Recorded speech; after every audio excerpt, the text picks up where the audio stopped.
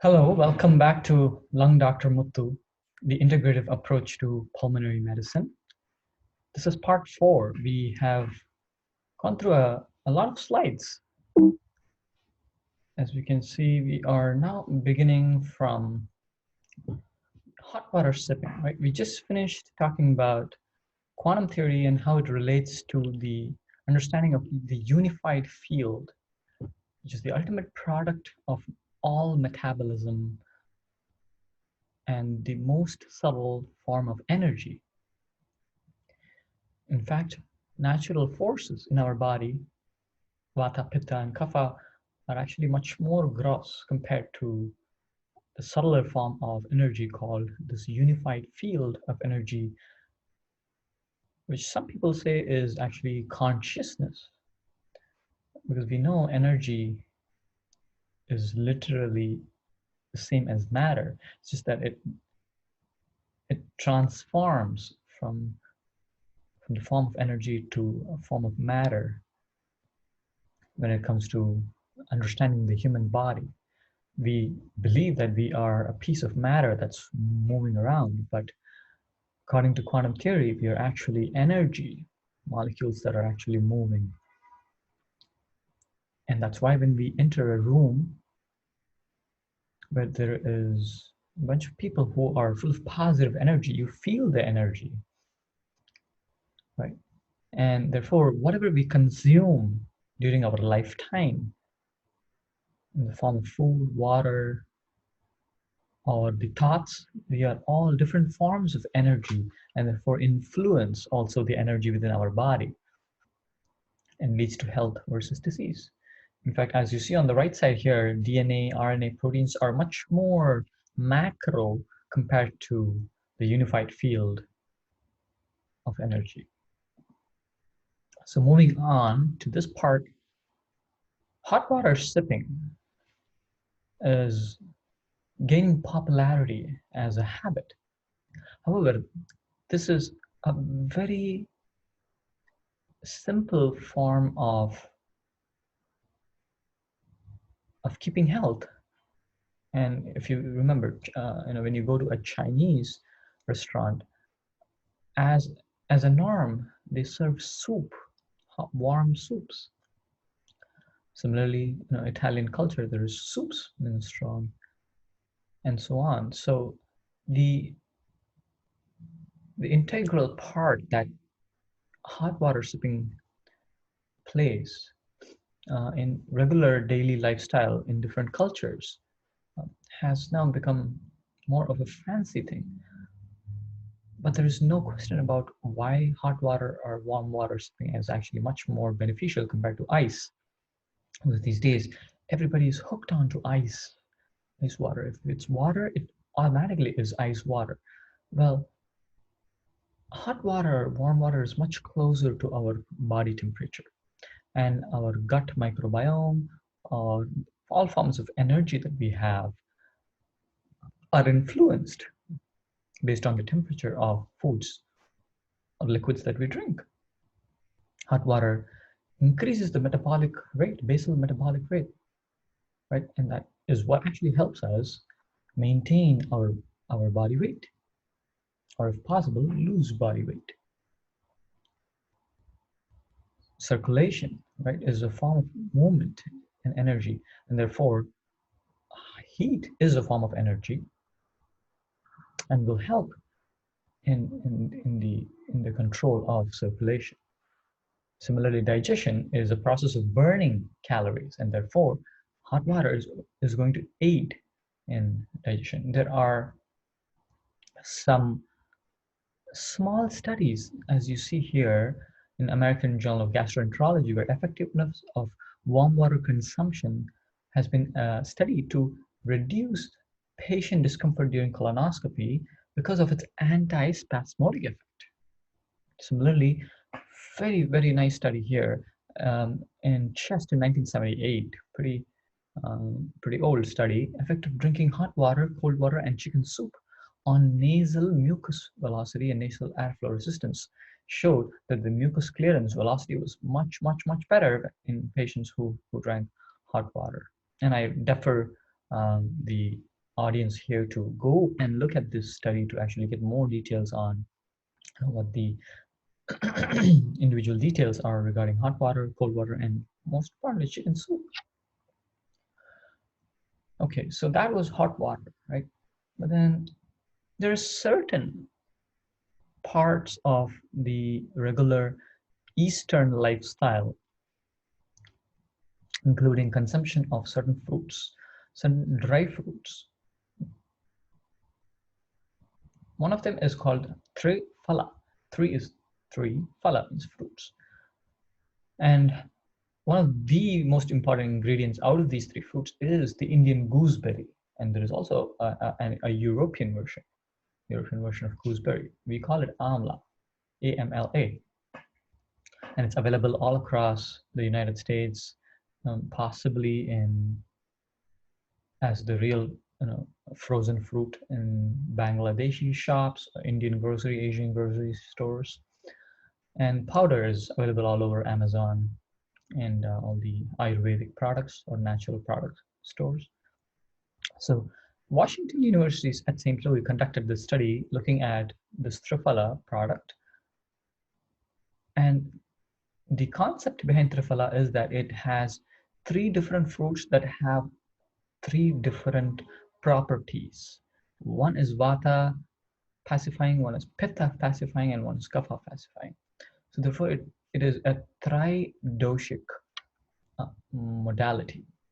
Basically helps to balance all these three natural forces in our body to see if they can create harmony and health. And this is only one part of the entire equation. So if somebody really wants Triphala to be the magic by itself, it may not happen, right? Because ultimately, discipline and lifestyle, paying respect to the laws of nature, waking up on time, going to bed on time, trying not to focus on professional achievements, in and trying to balance personal health, personal care when it comes to eating on time, or trying to take small breaks, short breaks between professional endeavors, be it when you are trying to record something, as documenting something, take a break for 10 minutes, 15 minutes, come back and continue, right? We are always in a hurry to finish things. We have deadlines for ourselves. Yes, but there needs to be a balance between maintaining health and postponing lunchtime and getting back to your work.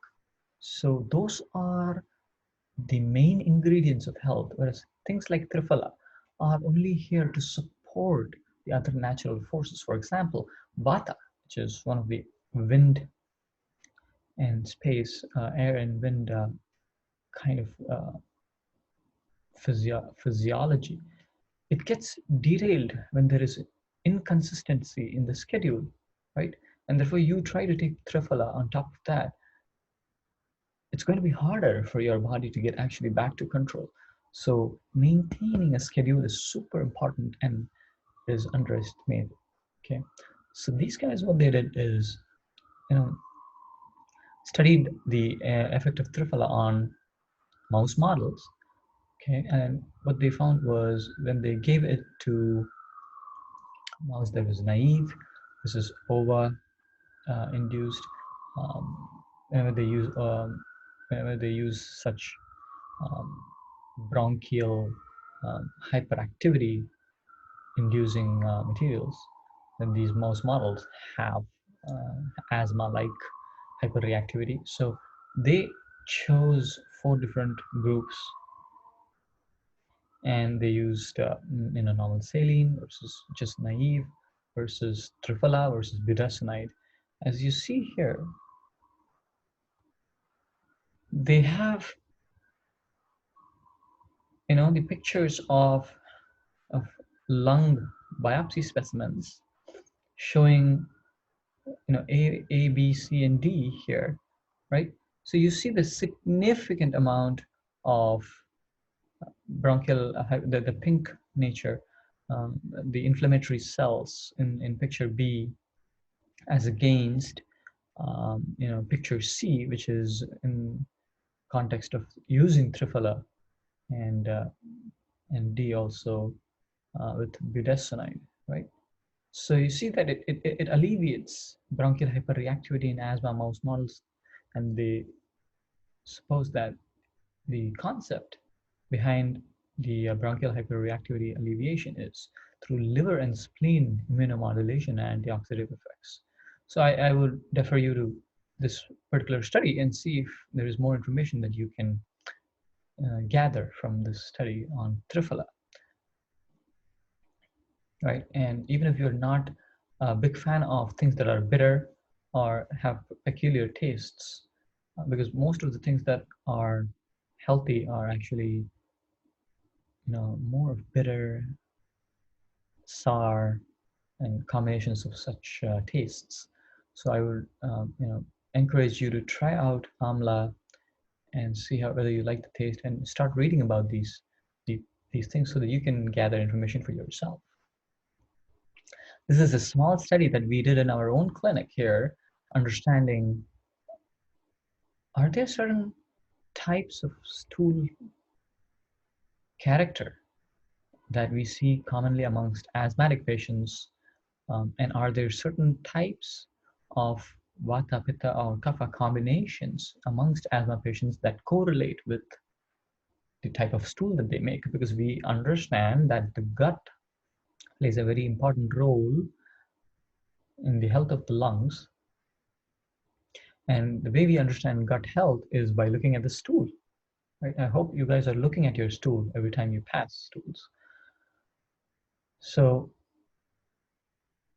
you see, the Bristol stool chart has been there for many, many decades, right? And they have beautifully done this, where you see type 3 and 4 are closer to a balanced form of stool, not too loose, not too liquidy, somewhere nice and smooth and soft, sausage shaped. And if you recall, when we go over the questionnaire for Vata, Pitta, and Kapha, usually Kapha predominant subtypes, when they are in their state of balance, are usually, when you look at the questionnaire, they say their stool shape is usually formed and the bowel habits are regular. So that's something to note. Because here what we found is that we had 4 moderate asthma patients and 3 mild asthma patients. And again, looking at the different scoring for V, P, and K, that 1, 2, and 3. 3 people had kapha predominant. If you see number B, number E, and number F, kapha predominant. F was actually pitta and kapha almost equal, whereas patient number A and G was pitta predominant, right? You see that, and accordingly, we characterized their digestive system qualities also as amplified. They had a really high metabolism rate. And you see the level of the stool, the nature of the stool. You see that 3 and 4 are somewhere in the normal range, are formed consistencies, and we have 1, 2, 3, and 4 people out of 7 that actually had in the range of 3 and 4 Bristol stool type, and they actually were the people who ended up having kapha. They at least had some kapha, 1, 2 predominance, and the pulse vitiation in the pulse, which is the abnormalities in the pulse, also were in the kapha region. So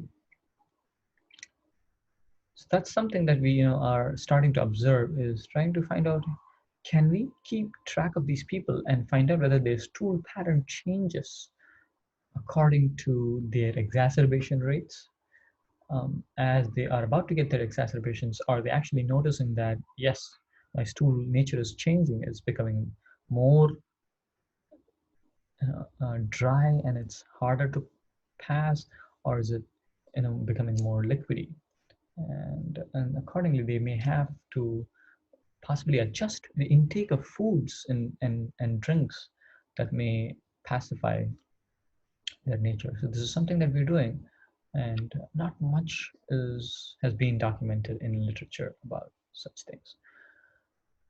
And since kapha is one of the most important phenotypes amongst asthmatic patients, I wanted to hit on what are the important things to do during the kapha time of the day, because each day is split into, as you know, pitta predominant time, which is the noon time where the sun is on top, and as you go further towards the afternoon, 2 to 6 p.m. is vata period, and 6 p.m. to 10 p.m. is time to relax. So kapha people are usually, as you see, the kapha period, similarly kapha people, they're all relaxed. Time to relax now, right? So during those times, light dinner, yoga and meditation, uh, very gentle uh, form of meditation, abhyanga oil massage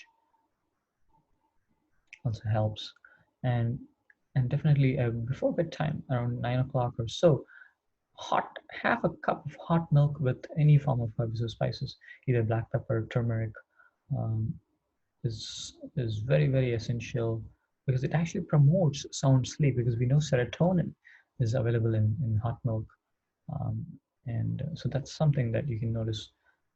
Therefore, during kapha time, evening 6 p.m. to 10 p.m., it'll be a really bad idea to do something like heavy exercise. Okay, like going to the gym and burning like crazy may not be a really good idea. But earlier the better, like closer to 6 p.m. rather than closer to 10 p.m. Because I see some people trying to work out at 9 p.m. just because they have to get that exercise um, per day.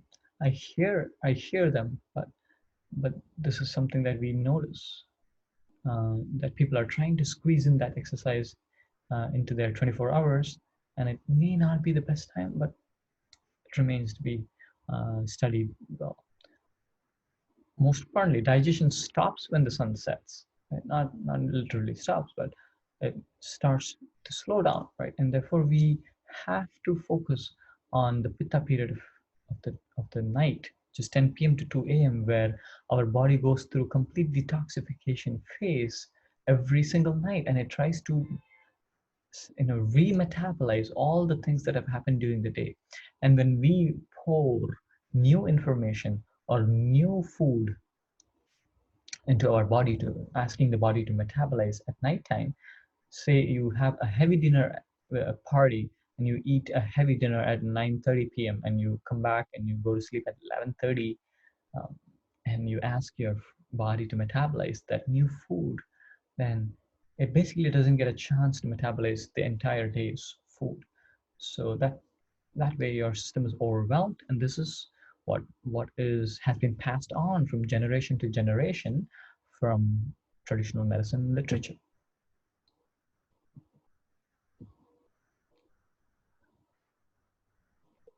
Right. And guess what? Italian culture, right? Most of European culture also respects the same. Their dinner time is 5 p.m. And most of the shops in European nations those days, not here anymore, because everybody wants to have a good business going on, and so they keep things open late into the night so that they can get extra customers. But culture has it that Italian restaurants, everything usually, they're closing down by 6 p.m., 7 p.m.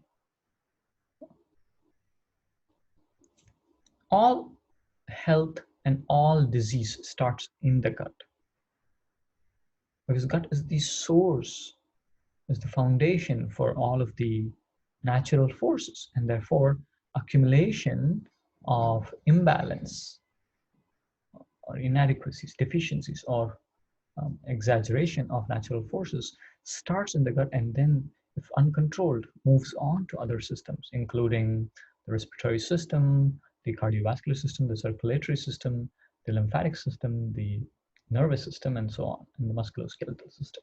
As you see here, for example, vata, which is generally dry, cold, uh, if that phenotype or endotype of natural force within our body accumulates, first presentations usually are constipation, gas production, and abdominal distension in the gut. But then when left alone, moves on to dehydration, hypovolemia, dry skin, poor circulation, cold hands and feet. How many people have told you, ooh, you are cold to touch?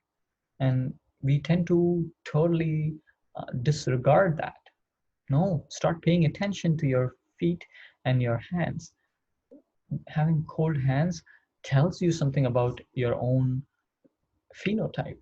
And therefore, you need to start looking into, okay, what can I do to actually see if I can change this, right? These are signs of poor circulation towards your periphery and potentially a sign of accumulation of vata. And therefore, I always wear a pair of socks when I walk at home, right? Trying to make sure that the feet, which is the source, which is the highway through which the temperature of the earth gets into your body, always stays warm. So small things. For example, when you go out into the cold, trying to make sure that you stay warm is super important. Muscle pain, stiffness, tremors, tics and spasms, weight loss, right? And thinning of hair, tingling, numbness, spasms, convulsions. Seizures are actually a classic disease that happen to people with vata predominance and imbalance, right? And whereas we give anti-seizure medications and stop right there, and we actually do not go into finding out, okay, why do you have seizure? Right? Going back to schedules, right? Maintaining schedules, preventing irregularities in schedules, warm grounding activities, warm foods, warm fluids, and so on. And I mentioned to you about the final product of metabolism, which is OJS, if it happens in a good way, whereas you see that here, AMA is what happens when you have inadequate or inappropriate metabolism when things are partially digested, right? So, and signs and symptoms of AMA is something that you can ask your patients. Mental confusion, fog, brain fog, inability to sleep, fatigue, heaviness, malaise, indigestion, clogging of channels, right? Stagnation, we call it stagnation in Chinese medicine, right? Kidney stagnation. There's qi, the energy is, lacking. And please note this. This is gaining popularity now, but we knew this for many, many, many, many centuries that these natural forces move on from the gut to other systems to manifest disease. And now the conventional medicine is starting to understand that is there maybe there is a leaky gut that leaks particles that are supposed to be protected within the GI system, and now they are gaining access to the lymphatic system, and therefore the lymphatic dendritic cells are capturing these guys and are presenting it to other parts of our lymphatic system and maintaining always a heightened hyperreactivity, right? And therefore our body's immune system is starting to recognize these as foreign and trying to hurt our own body in the form of autoimmune diseases. So we have known all of these for many, many, many decades, for centuries together, but now in the past few decades, we are understanding a little bit better. And therefore, we understand now that what you put into your gut actually has a big influence on the health of the body, right? Okay, let's move this here. Move on to the next slide. Yes, briefly talking about traditional Chinese medicine, it's very similar concepts of opposites, yin and yangs, dry, hot and fire versus damp, cool and water, positive, negative, black and white, shady versus light, night and day, the moon and the sun, the cold and the heat. So we have to pay respect to these opposites and try to find out who you are and what your body's natural tendency is, and pay attention to what your body wants versus what your body actually needs. Because you see that people who are pitta predominant, who have acidity, who have gray hair, who have a very short temper, those are people who actually love spicy items. When you already are a lot of fire, when you manifest, when you represent the natural force of heightened activities such as heat, there is no need for more fire in you. You have to go towards things intentionally. You have to go towards things that are calming, cooling, more sweet, and other tastes. And that is what is going to help you. Alcohol is full of fire, right? Because alcohol burns anything that you put it on. So people who already have, a classic example would be baldness, which is a sign of pitta imbalance. Right? And when you go more towards things that are heating, then you are likely to have worsening of baldness or even graying hair. So, and these are all things outside of pulmonary medicine, but then all these other things that you do for your other systems also go alongside the same concepts that will help you with maintaining your pulmonary health. For example, kapha people are already full of earth. They have a lot of, and earth is like clay, which is a representation of mucus that the body can make.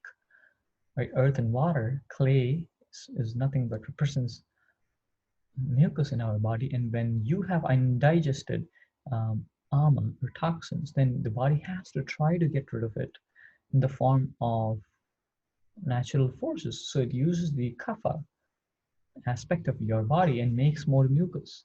Similarly, vata, predominant people, they will have airflow issues. So asthma, wheezing is also again a manifestation of that natural force, right?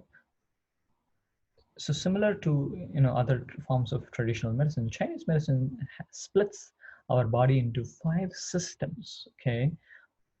And again, representing the forces of nature, which is wood, which in the form of trees, fire, earth, metal, and water. And looking at lungs, colon, and skin as being part of metal, the colon, for example, has such an important connection, as you see, with every other system, right? Earth interacts with the metal. Similarly, the metal interacts with the wood, and the wood interacts with the earth. And you see how each of these forces feed each other. And therefore, when there is imbalance or balance in one system, then it will continue to move on to other systems, right? And therefore, exaggeration of forces or deficiency of forces in each of these systems is what we understand as the reasons behind disease and health.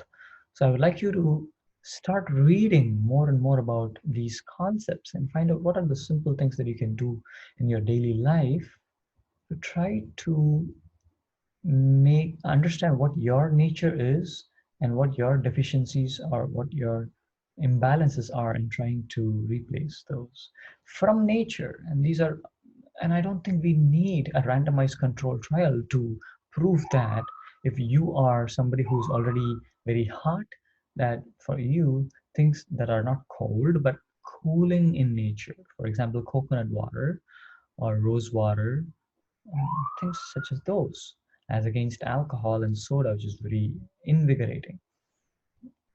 are beneficial, right? So some small steps in our life can actually go a long way in maintaining health. Continuing on the same lines as Chinese medicine is one of the Dains in Chinese medicine and translational medicine in Mount Sinai, New York. Her name is Chiu Min Lee. She's working on Ashmi, which is a formulation of 3 to 4 herbal products from China. It's called Anti-Asthma Simplified Herbal Medicine Intervention. And she looked at FEV1, peak expiratory flow, symptom scores, and beta agonist use, albuterol use. And you see that comparing prednisone and Ashmi, the increase in FEV1 was comparable to prednisone, a little bit better with prednisone. Peak expiratory flow, again, a little bit better with prednisone.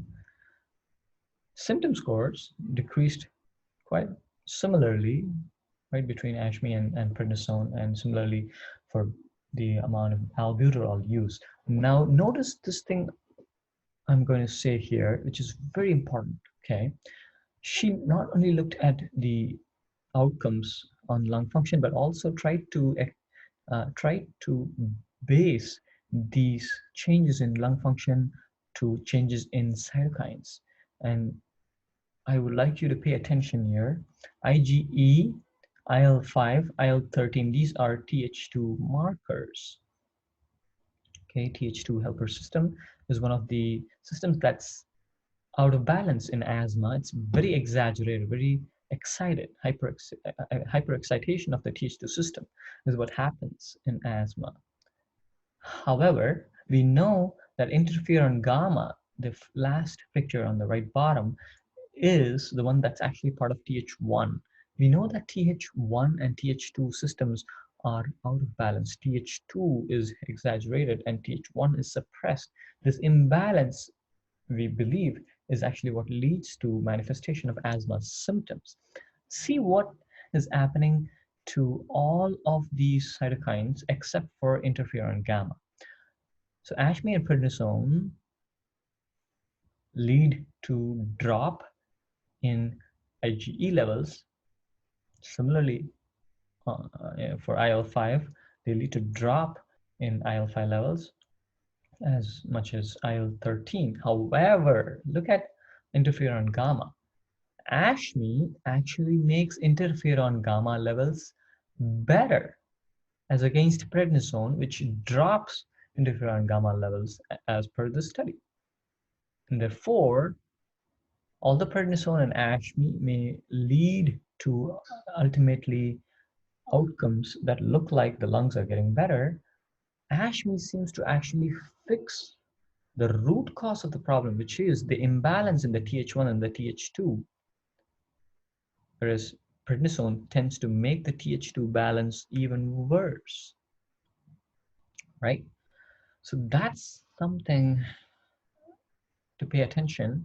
But this is just one study, and it remains to study. I'm going to defer the audience to read more and see if there are other studies that actually showed that no, actually, prednisone also in other studies led to drop in the interferon gamma levels consistently, or did it actually improve interferon gamma levels to try to maintain a balance between the Th1 and Th2 levels? And that's where we start looking at epigenetics, right? I will tell you briefly about epigenetics. These influences that we are talking about in asthma, whether it's environmental influences within our body, the stress, the mental environment, the physical environment within our gut, the respiratory atmosphere, right, that we are exposed to,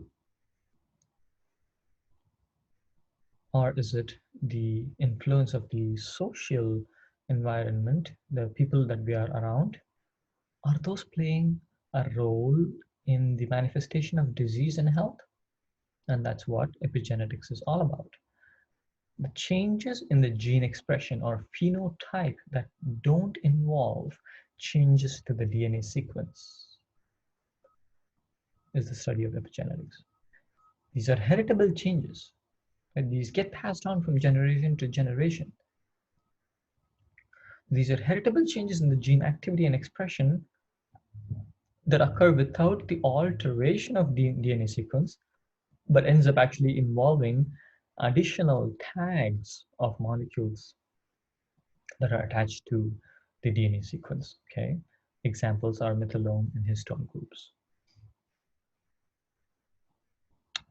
Okay, so here you see central illustration in coronary arteriosclerosis. Environmental stress was happening to the grandfather. Okay, but then later he had a history of smoking, and then some of those influences on the genome continue to pass on to the next generation. But then this next generation, the father had a very bad diet, so those things added on to the genome as tags of insults to the genome. And then chemical, he got exposed to vaping or cigarettes, chemical contaminants in the foods that he ate. And then next is this generation, the mother was exposed to social stress. And eventually all of these accumulated so much and has been given to the child. And you can imagine the amount of disease that continues to worsen in our future generations because we carry on all these epigenetic influences in the genome, right? And hopefully we understand here that these genetic modifications or addendums to the genome sequence are reversible if we have the right atmosphere and right support for all of these influences.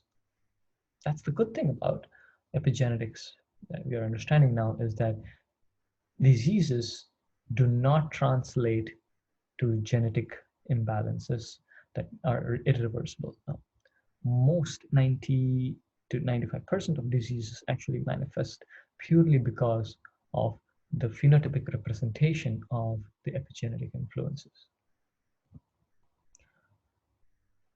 See, Waddington actually has this beautiful picture where he shows that this ball can go either ways, either A or B, based on the shape of the landscape.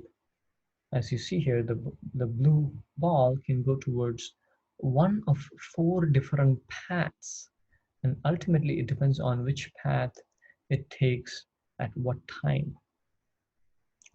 So the interaction that happens between the gene and the environment to result in a phenotype has been very nicely explained by C. Waddington. And this plasticity to enable this to happen, it is very much present in our environment and our nature.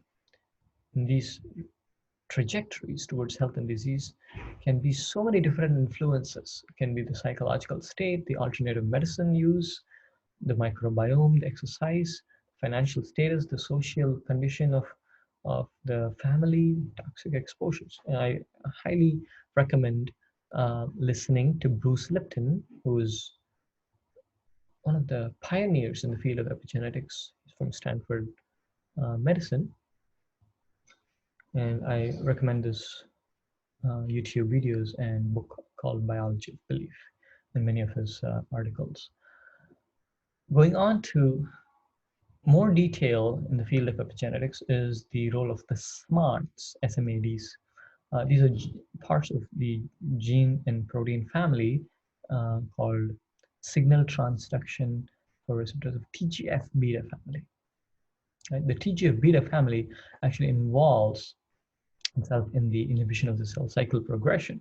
So normally when the SMARTs are activated, then the genes are expressed to inhibit cell growth. However,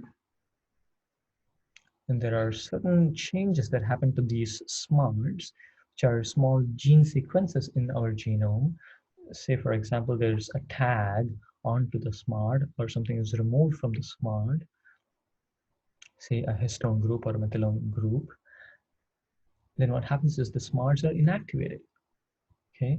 And therefore they are unable to inhibit cell growth. So this is an example for how SMARTs can actually happen. The changes in SMARTs can actually influence cancer development or say proliferation development, nodules, or even things like hypertrophy and so on. A wonderful group from Arizona has been contributing to the field of epigenetics in asthma called DeVries and Donata Vercelli. And what they looked at is they followed a population of mothers, and they understood the prevalence of environmental exposures in the form of smoking, stress, asthma, obesity, and immune status. And they had their genome sequences, and they understood um, why don't we try to follow these mothers and look into their neonates, and let's try to follow these neonates into their childhood and understand what their genome sequences are, uh, what are the modifications that are happening to these important genome regions, such as SMART3 example, and understood also post-life exposures such as IL-13, rhinovirus, diesel exhaust, and they looked at, okay, how many of these kids end up getting asthma, right?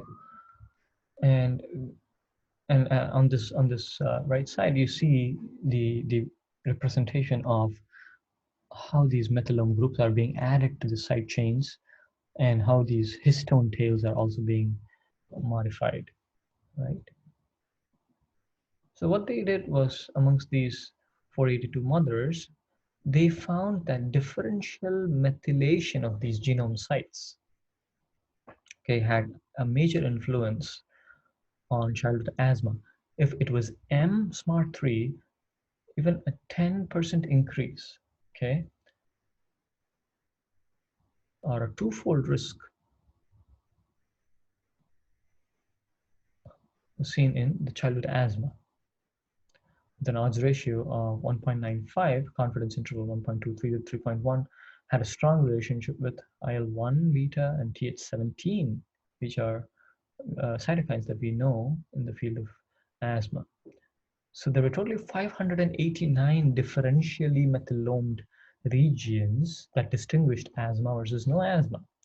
So therefore here we understand that, okay, maybe neonatal differential methylation has relationship with maternal cytokines and development of asthma, okay?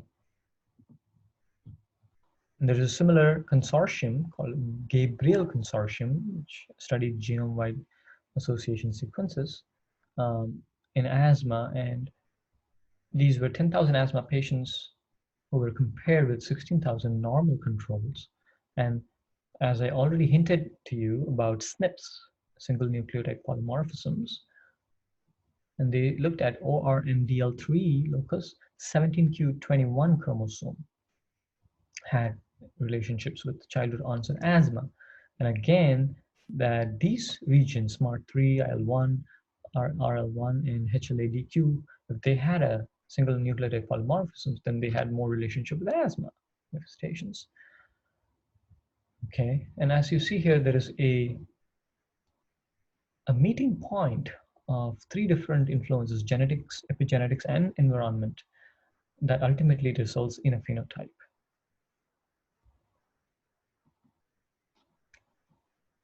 One of the groups studied the role of epigenetics in asthma in the form of food exposure. And they looked at this here,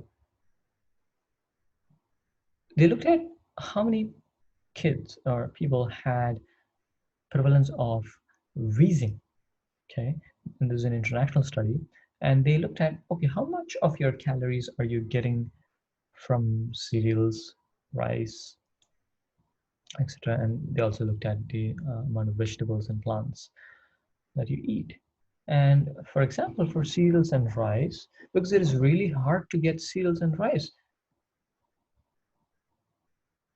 you know, that's much better than certain other products that we eat these days. So you see, countries that had more calories from cereals and rice are things like India, China, Georgia, Indonesia, and such. On top, there's much smaller population are from the US, Canada, New Zealand, Belgium, Germany, right? And you see that in the x-axis on the picture towards the left of the screen, you see the more you had calories from rice, 60, 70, 80%, you see that the dots are much lower, closer to the bottom of the graph on the y-axis. So you have less chance of having a V's if you had calories from cereals and rice. And these are, of course, hopefully they're natural products rather than man-made products. I'm not talking about cereals in the form of Kellogg's, um, or the the rice bran, Rice Krispies. No, I'm talking about natural cereals and rice. So similarly, they found here that increase in plants, vegetables, reduction in symptoms of asthma and rhinitis was noticed in a worldwide comparison of food intake. Okay. Another group from Australia, if I'm not wrong, uh, is doing an excellent job of understanding how manipulating antioxidants actually has a role in asthma. So what she did was she took away greens from the diet amongst the cases, and as low as 10 days, their asthma control got worse. Okay, 14 weeks, 2 to 3% change in FEV1, FVC. And then later, what happened is she added back fruits and veggies, standard American diet, usually, or 3 months, they had 40% exacerbation rates with 3 servings, and when they increased it to 7 servings, the exacerbation rates cut down to half. Right, as you see also in the right corner, you see this survival probability with um, without an exacerbation. You see, time to exacerbation amongst people who had um, higher antioxidant, more of them had living without exacerbations as against less when they took lower antioxidants. Similarly here, changes in percent predicted FEV1, FVC. You see that amongst the lower antioxidant intake, that they had a drop in their FEV1 and FVC. You all know about the role of microbiome that is gaining popularity. There are two things. Number one, the gut microbiome, and now there is also a role for the lung microbiome itself. We all were thinking that the lung is more so a sterile area, but now we are starting to understand maybe there is a population of microorganisms that belongs to the lung, and they actually help, right? They actually help to maintain health. And in fact, recently there's also studies where they say that when we have pneumonia and we culture certain organisms that are growing, these probably are actually our own organisms that are growing in abundance to try to fight the invading organisms, right? Because we know Streptococcus pneumonia is actually part of our own microbiome. Okay, so parts of our upper oral airways, um, they are our common self. They make what we are, and so we are trying to understand: are these our friends, or are these our enemies? When we actually see that bacterial cultures are growing back positive. So here we study that the a population where there was a high biomass intake, um, they had high diversity of bacterial colonies, and so this had a role in the regulation of bacterial killing, IL-17 production, and therefore we know that the lung has a relatively a low amount of biomass, which is organisms, but a lot of diversity, right? So there is this lung-gut or gut-lung axis that we have to start paying attention to, that what we put in our mouth actually has a role to play in our lung health. And it can be food, it can be liquids, right? And there seems to be a middle person between what we consume and how we manifest health and disease.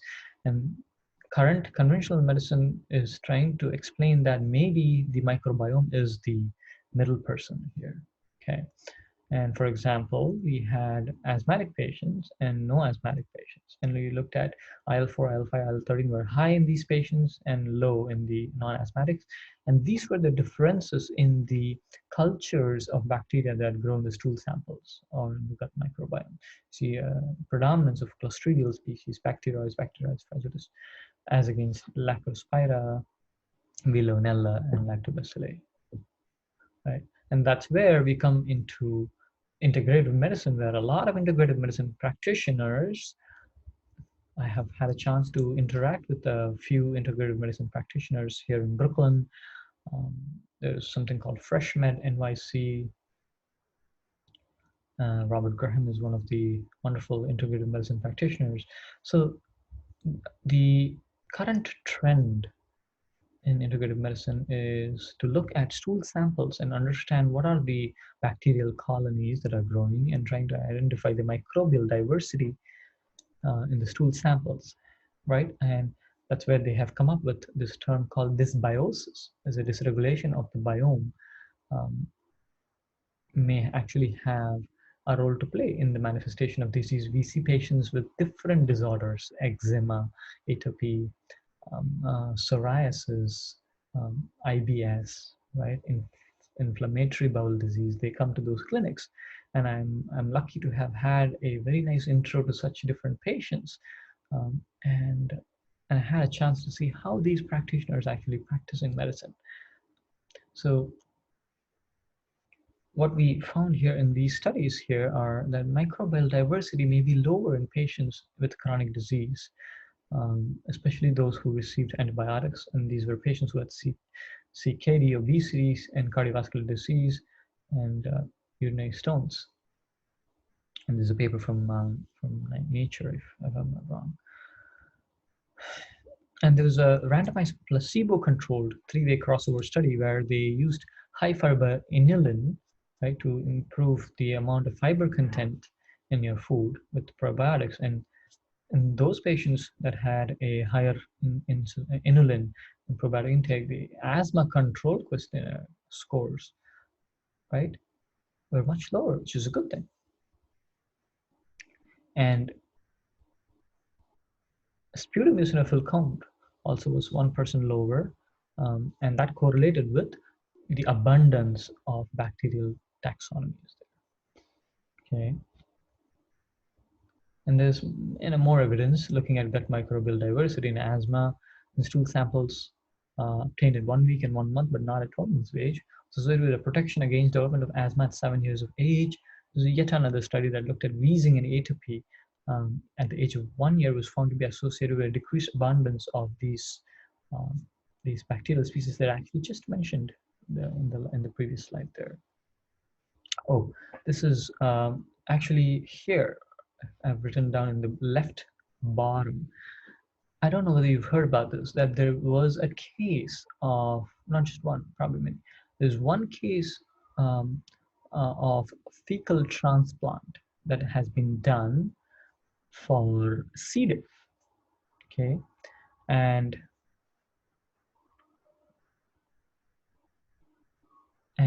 what happened was this patient received the stool samples from a person who was slightly on the heavier side, and this patient was more on the cachectic side and are more on the slimmer side. And what happened was the C. diff got better, but then a few months later, this patient who received the microbiome transplant actually started putting on weight and putting on weight more and more. So this was um, this was shocking to her, because how could she all of a sudden change the way she metabolizes things and started putting on weight, right? And so this suggests that a lot of metabolism has to actually deal with microbiome that's present in our gut.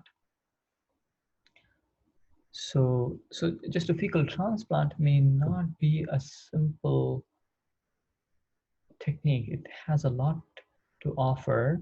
I hope that we take this in the right context and use it efficiently, because sometimes these things can really harm people, because there are other things that can get transmitted to you through your microbiome, okay, that you receive from some other person. And there are now, it's a big industry now, fecal transplant. There's a lot of labs that are opening up opportunities for people to come and donate stool samples, so that these can be used for people that need fecal transplant. So far, we've identified only one indication, which is C. diff or recurrent C. diff.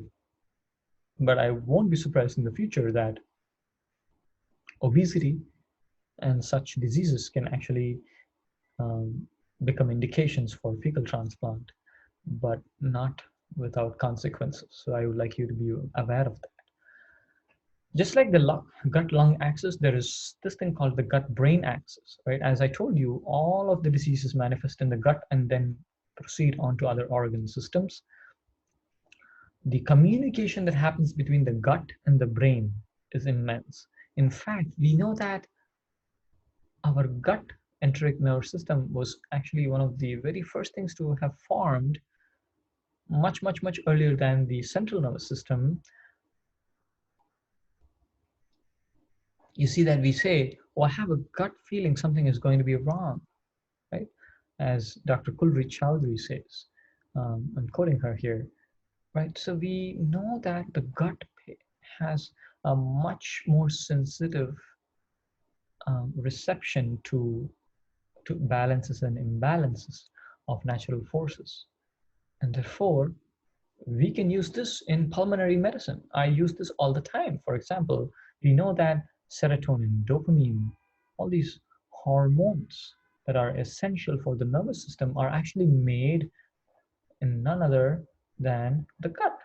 These microbiome are the organisms that are actually making these, the stimuli for producing all these receptors that enable happiness, a sense of comfort. And people who smoke, we deal with a lot of smoking population, our pulmonologists, right? And so for us, understanding the gut-brain axis is very important. So I tell my patients, hey, look closely into your diet. What are you eating? Are you eating things that are coming with spikes in energy, such as high caffeine, high sugar, high fat, high protein, that is very rich in information, or in a monster drinks, caffeine drinks. Um, so as against foods that are more gentle, more soups, warming, veggies that are more uh, gentle in the delivery of glycemic control, for example, right? So these are the things that actually help people who smoke go to the root of the problem and fix their underlying tendency towards going towards the cigarettes. So, and for them, sticking to a daily routine is super helpful. When there are inconsistencies in the schedule that drives them crazy, and they are so prone towards doing certain things that are calming, right?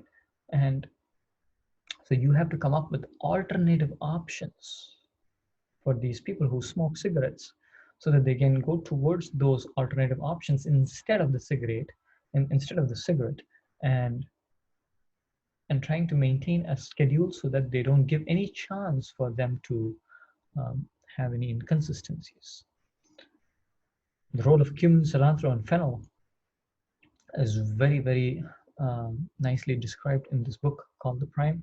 Seasonal variation to dietary patterns have to be respected. For example, eating things that are cooling during summer, just coconut water, and eating things that are warming during the winter, such as underground roots and cereals, millets, like such as couscous, quinoa, um, finger millets, and so on. Paying attention to the time of the day as to what you're doing, including exercise, meditation, eating, drinking, and so on, and when to go to bed.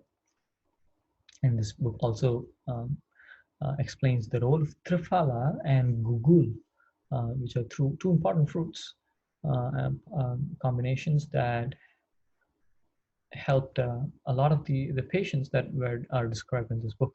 So the cocktail or the entire package was actually not aimed for a spontaneous weight loss, but actually ended up having a good adverse effect for most people, uh, making them lose weight. Because she had a lot of patients who had migraines and CNS symptoms, headaches, and and then they noticed that once they started respecting um, the laws of nature and sticking to a schedule and following the things that are in this book, and also on YouTube, you can find these links. They started losing weight and they felt much better. Right? And I think this will be the last slide. Um, Workplace support. We are telling a lot of things that we want to do for our patients, but then everything starts from home, right? You have to practice what you preach. Start being selfish about your own health. Right? Try to give it a balance between self-help versus patient responsibilities. So daily routines do not stop just because you go to your workplace, right? Plan your day in such a way that you have hot water, and you can have a flask with a little couple of vegetables, put them there into the flask, and put some hot water and put a couple of herbs and spices, and you keep sipping vegetable broth basically all day from that flask. And that's a very smart way of trying to get a lot of nutrients, a lot of hot water into your body. um, and always make sure you're sipping and mixing with saliva before you swallow, and trying to plan your day and developing habits so that there's no inconsistencies in your schedule. Take a time out during rounds. Do not be afraid of oh about any confrontations or what somebody may say. If you requested for a break, you can advise them, even if it's your attending or your boss, saying um, this is something that I want to do for our team, is that we want to establish a consistent habit for timeouts, and we round for 40 minutes and then take a timeout for 10 minutes and come back right away. Trying to pay respect to nature calls, right? Are such small things, very subtle things, but these go a long way. Enabling predictability and consistency in your schedule, water, snacks, relaxation, fresh air, sunlight, super important during the day at work. Stress management forums, make sure you have access to those. Go in search of psychotherapy referrals that give you a chance to vent out your feelings, right? Make sure it's insurance covered so that you don't have hesitation when you want to go to your psychotherapy sessions. Physician fatigue support groups are there. You need to definitely talk to your peers and open out so that um, you've had a chance to unload the burden on your shoulders. Okay, so I think this comes to the last slide, talking about the summary. Basically, I hope you've understood and learned the role of the inner and outer environmental influences on the human body and physiology. Please see if you can ask your patients about alternative complementary methods that they may be using. And you have to equip yourself with existing data on the use of complementary medicine. Try to see if you can provide a little bit more detailed advice regarding diet and lifestyle changes based on individual body constitution if possible. And learning, one thing at a time. Take it one day at a time. Okay, the more you learn, you can do things that are more helpful for your own body and also share it with your patients. It was a pleasure to have this conference, um, and I'm happy I was able to split this into 4 sessions so that all of you have had time to reflect. And again, we are trying to see, if we can take this always half an hour to 40 minutes at a time. We take short breaks and then we come back to conference learning time. Okay. See you next time with more information on current evidence behind integrative approaches towards conventional pulmonary medicine. Make sure your patients understand the role of their inhalers. The education of inhaler techniques are super important. Make sure that they understand the role of diet and lifestyle changes, how the epigenetic uh, influences play a role in their asthma, COPD, lung cancer, um, obstructive sleep apnea. We know that kapha metabolism has a big role in obstructive sleep apnea, hypercholesterolemia, basically the metabolic syndrome. Um, so it's good that we have given you a very nice intro into what traditional medicine says, and you can take it to the next step and start documenting in the form of small case reports and so on. Okay, thank you very much for this opportunity. Until next time, Dr. Muthu. I'm Dr. Muthu and Muthu Integrative. You can go into my YouTube pages as well as SoundCloud, um, and see if you can learn something. I'll be happy to get some inputs from you also to see if there's anything that I can change in the way I'm presenting data towards you. Okay, excellent. Have a nice day. Thank you very much.